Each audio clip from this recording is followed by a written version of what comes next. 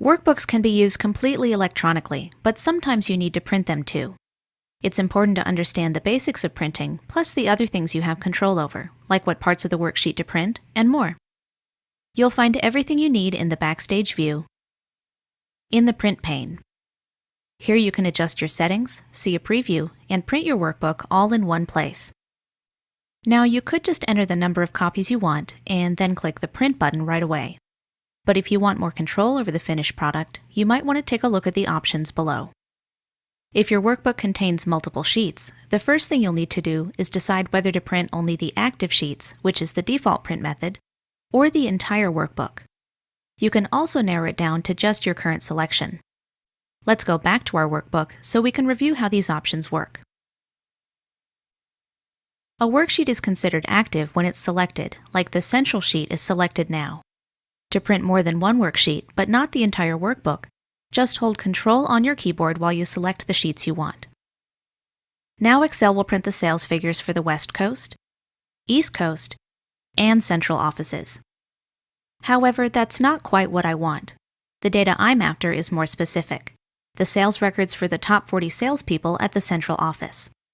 As you can see, I've already sorted that data from largest to smallest and marked the top 40 with a gold star.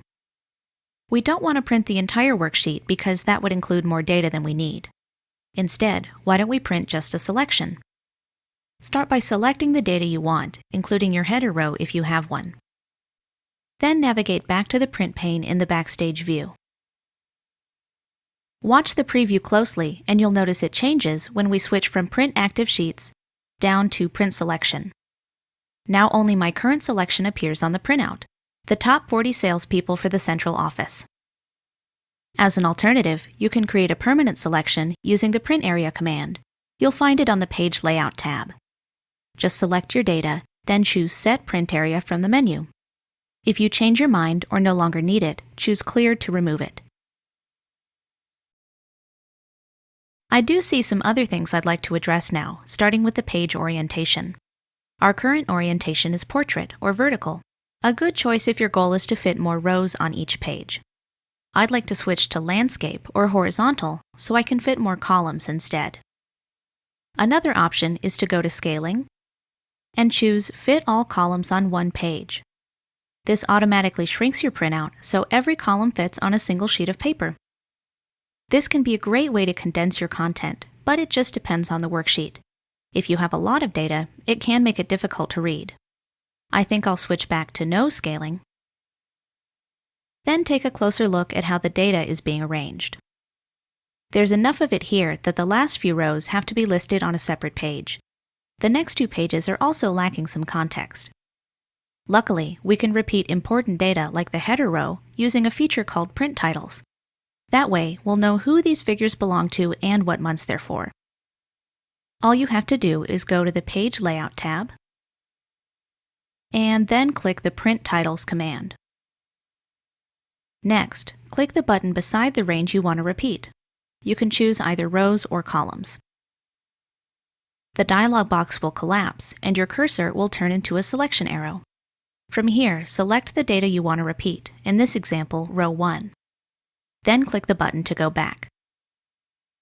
Do the same for your columns if you have any that you want to include. I'm going to go ahead and select the first column with all the employees' names. When you're done, click OK. And we'll be able to confirm the change once we get back to the Print pane. There's one more thing I'd like to adjust while I'm here. Remember how the last few rows had to be put on a separate page because there wasn't enough room? I'd like a little more control over that. Instead of the last few rows, I want the data to be divided evenly, 20 people on each page.